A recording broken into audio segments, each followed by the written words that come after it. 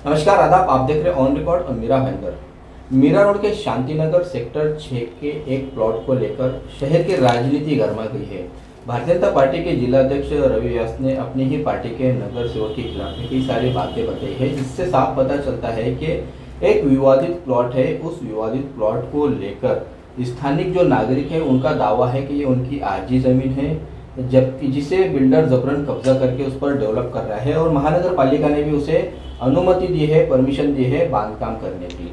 इस पूरे मामले में औकार नामक जो सोसाइटी है उनका मानना है कि ये उनकी आरजी जगह है और वो जगह जबरन कब्जा कर ली गई है। इस जगह पर अगर कोई डेवलपमेंट होता है तो उनका हवा पानी रुक जाएगा, वहाँ पर फायर ब्रिगेड की गाड़ी नहीं आ पाएगी, काफ़ी सारी तकलीफें से उन्हें दो चार होना पड़ेगा।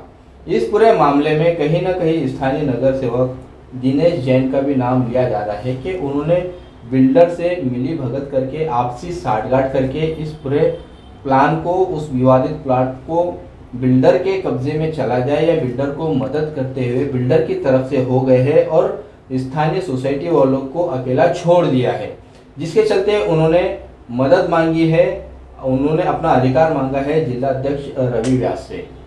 हमारे साथ में इस वक्त इस पूरे मुद्दे पे चर्चा करने के लिए स्थानीय नगर सेवक दिनेश जैन है। हम उनसे कुछ सवालों के जवाब जानने की कोशिश करते हैं।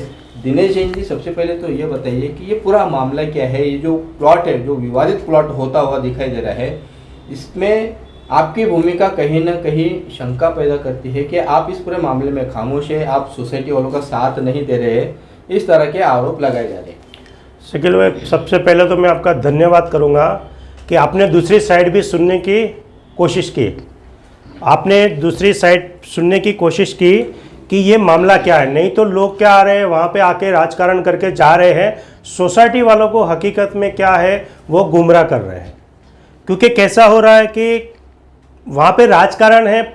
ये पिछले ये जो भी ये सेक्टर नंबर 6 का ये जो कॉर्नर है और ये सेक्टर नंबर 7 के 3 कॉर्नर है, ये कॉर्नर है ना शकील भाई, इस प्लान में अगर आप देखेंगे ना तो ये 2013 में पास हुए हैं। ये 2013 में जब ये प्लान पास हुआ था, उस टाइम पे ना तो मैं वहाँ का नगर सेवक था, वहाँ का नगर सेवक अश्विन कासोद्रिया हुआ करता था और मैं 37 का नगर सेवक था। और ये जो 3-4 जो कॉर्नर उस टाइम पे जो पास हुए हैं, उसके अंदर से दो कॉर्नर जो है वो हमारे माजी नगर सेवकों के ही है। और ये जो कॉर्नर है उस टाइम पे आप इसके अंदर देखेंगे तो इसके अंदर पूरा 2013 के लेआउट प्लान है, मैं जो लेके बैठा हूँ, इसके अंदर पूरा उसके अंदर उन्होंने ये प्लान पास दिखाया हुआ है। मैं इलेक्शन जब ये प्रभाग 20 हुआ 2017 में, जब मैं ये इलेक्शन जमा तब वो एरिया मेरे में आया। लेकिन मैं शांतिनगर की लड़ाई पिछले 5 साल से लड़ते आ रहा हूँ और लड़ता है उसका नाम हमेशा बदनाम होता है, क्योंकि लोग उसी पे उंगली उठाते हैं जो काम करता है। अब रही बात ये है तो मैं सोसाइटी वालों को न्याय मिलना चाहिए, मैं भी उसके फेवर में हूँ। वो सोसाइटी वाले पहले जब इसके ऊपर ये प्लान पास हुआ तो ये अलग अलग लोगों के पास में गए रहेंगे। उस टाइम पे कुछ सेक्रेटरी चेयरमैन मेरे पास में भी आते थे और लोगों ने कोर्ट में दावा पेश किया था। सोसाइटी वालों ने हाई कोर्ट के अंदर दावा पेश किया था कि भाई ये हमारी आरजी जगह है, इसके अंदर नगर पालिका ने प्लान पास कैसे किया। शकील भाई, आपको भी मालूम है कि ना प्लान पास करने का अधिकार नगर सेवक का है, ना ही किसी और का रहता है। वो जब टाउन प्लानिंग को या आयुक्त को लगता है कि भाई इसके अंदर लीगल है तो ही वो करता है। इसके अंदर ना मेरे बोलने से होगा, ना बिल्डर के बोलने से होगा, ना आपके बोलने से होगा। लेकिन फिर भी मैं बोलता हूं कि ये लोग जब हाई कोर्ट में गए तो ये मुझसे जब जो डॉक्यूमेंट मांगते थे मैं इनको देता था कि जो उनको हेल्प लगे हाई कोर्ट में। मतलब अब के कुछ लोग हाँ मेरे पास में आते थे और पेपर लेके जाते थे। जी। तो अब उन्होंने पेपर हाई कोर्ट में दिए नहीं दिए मुझे नहीं पता, लेकिन जब भी मेरे से मांगा मैंने उनको दिया। जी। बरोबर है। अब हाई कोर्ट का एक ऑर्डर आया हुआ है दिनांक 15 का, नहीं अभी आया है, लेटेस्ट है, ये 21 में आया है जी, अभी आया है 29 तारीख को 2021 को नवंबर 2021 को ये हाई कोर्ट का ऑर्डर आया है। जी।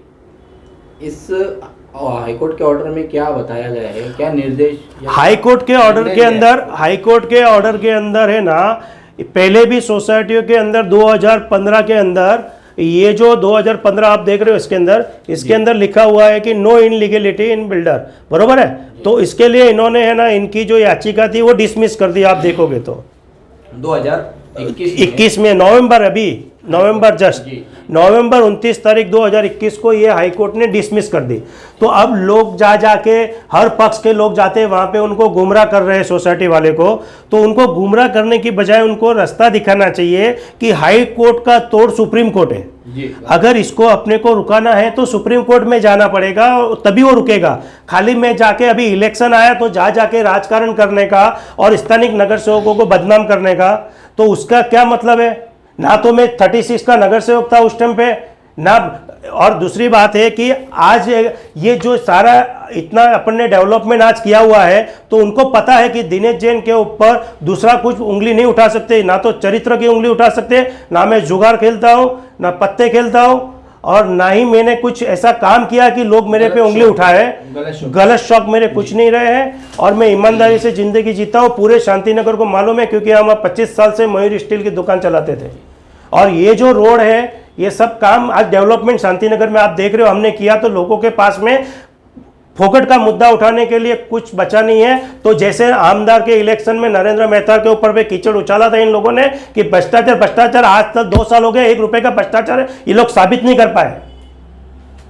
दिनेश जैन जी, थोड़ा मैं रोकना चाहूँगा आपको, इस बात का जवाब दीजिएगा कि हमारा पूरा शहर वो कहीं ना कहीं आपको शक की नज़रों से देखता है, इसलिए कि आपने शांति स्टार बिल्डर के खिलाफ में FIR, माफ़ी चाहूँगा, आपने शांति स्टार बिल्डर के खिलाफ में कोर्ट में एक याचिका दाखिल की थी।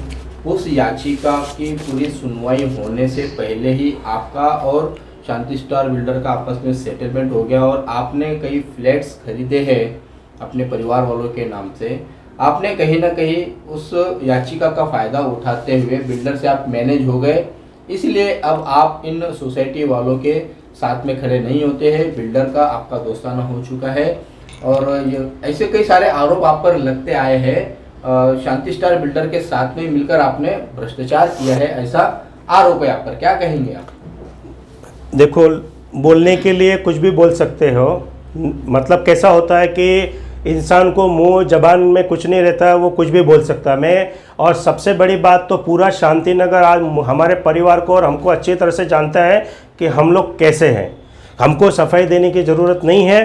और दूसरी बात है, फिर भी कैसा है कि जब आरोप लगे हैं तो हम राजनीति फील्ड में हैं तो हमको सफाई देनी जरूरी है, नहीं तो लोग कीचड़ उछालते रहते हैं। अब जो आपने बात की है कि भाई ये हमने हाई कोर्ट में से केस वापस क्यों लिया, आपको बता देता हूँ कि सबसे पहले मैं ही इस शांतिनगर के विषय को लेके टाउन प्लानिंग में गया था कि भाई ये जो 3 चीज़ें हैं, एक तो रोड का 7/12 नगर पालिका के नाम पे होना चाहिए, एक आरजी जगह जो 15% हमारे सोसाइटी के हक की है वो छूटनी चाहिए, और दूसरा सोसाइटियों को कन्वेंस मिलना चाहिए। ये 3 मुद्दे को लेके मैं इधर गया था टाउन प्लानिंग में, वहाँ पे मेरी सुनवाई नहीं हुई। मैं आयुक्त के पास में गया था, आयुक्त के वहाँ पे मेरी उस टाइम पे सुनवाई नहीं हुई। मैं यूडी में गया था, यूडी में मेरी सुनवाई नहीं हुई, इसके लिए मैं हाई कोर्ट गया था।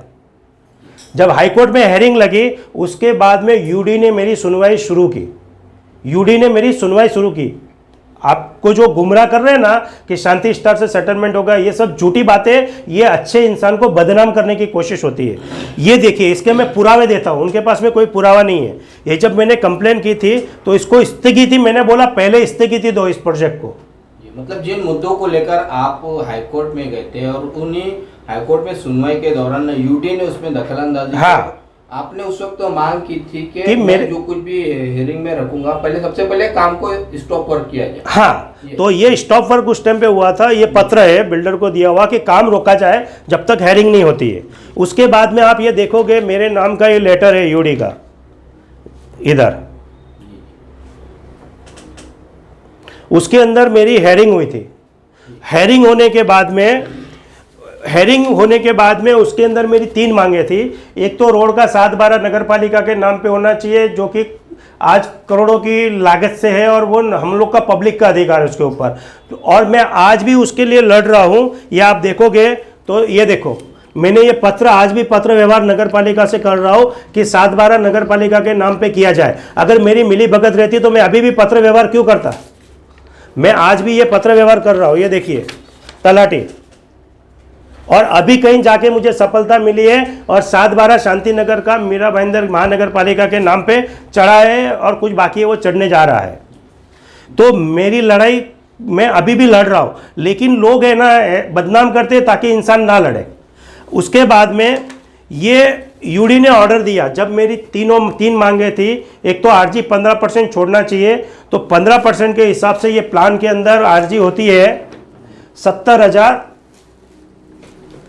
ये 15% आरजी है 70,708, ये 15% के हिसाब से इतनी छोड़नी चाहिए। तो उस टाइम पे उन्होंने मुझे कहा कि भाई तुम ये वापस से सर्वे करो, मैंने कहा। तो उस टाइम पे उन्होंने सब वापस से मेजरमेंट किया, तो आरजी का उस टाइम पे 97 समथिंग आरजी निकली, मतलब 70,000 से ज़्यादा उस टाइम पे आरजी का मेजरमेंट निकला, बरोबर है। तो वो मुद्दा भी मतलब जो मेरी मांग थी उस हिसाब से वो भी मुझे क्लियर हो गया था। उसके बाद में तीसरा था कि मुझे सोसाइटी को कन्वेंस देना चाहिए। तब उन्होंने कहा कि कन्वेंस देने का हक बिल्डर या सोसाइटी का लुकआउट रहता है, नगर पालिका का नहीं रहता है। फिर भी मैंने पूछा कि इसको क्या करना पड़ेगा, तो उन्होंने कहा कि पूरा फेडरेशन बना के आप कन्वेंस ले सकते हो। तो अभी कैसा है कि अगर एक सोसाइटी डीम कन्वेंस में जाती है, तो आज एफएसआई जो है, ये जो बिल्डिंग की एफएसआई है वो रोड के अंदर है, ये गार्डन के अंदर है।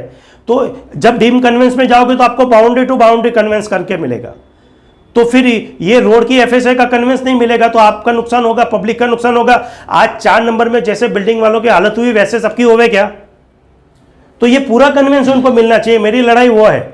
लेकिन लोगों को कुछ पता नहीं, खाली पब्लिक को जाके गुमराह करने का, बिल्डिंग वाले को जाके गुमराह करने का, लोगों के हक के लिए लड़ना नहीं है।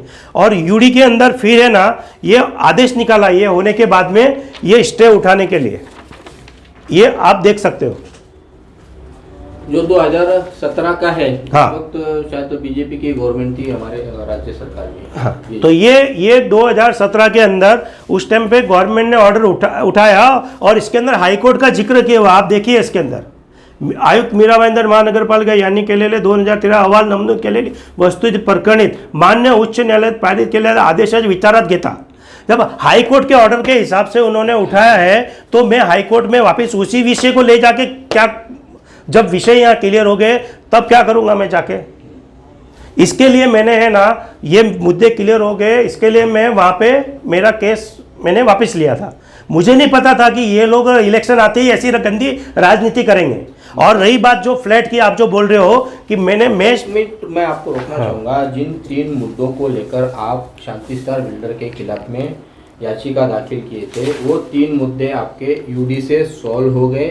इसके चलते आपने हाईकोर्ट से अपनी याचिका वापस ली। हाँ। अब आगे मेरा एक जो बार बार आरोप आप पर उठते हैं, उंगलियां उठती है कि भाई आपने फ्लैट खरीदा है, आपने जो फ्लैट खरीदा है शांति स्टार बिल्डर से, वो पैसा कहाँ से आया, या फिर आपको वो गिफ्ट दिया है शांति स्टार बिल्डर ने कि आपने केस विड्रॉ कर लिया तो बदले में, या उसके एवज में आपने वो फ्लैट लिया है।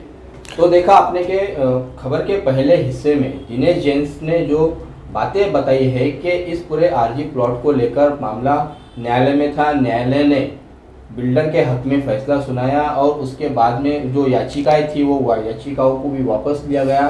जो पर्पस से याचिका डाली गई थी वो पर्पस यूडी यानी अर्बन डेवलपमेंट डिपार्टमेंट ने सॉल्व कर दिया। इसके चलते उन्होंने अपनी याचिका को वापस ले लिया।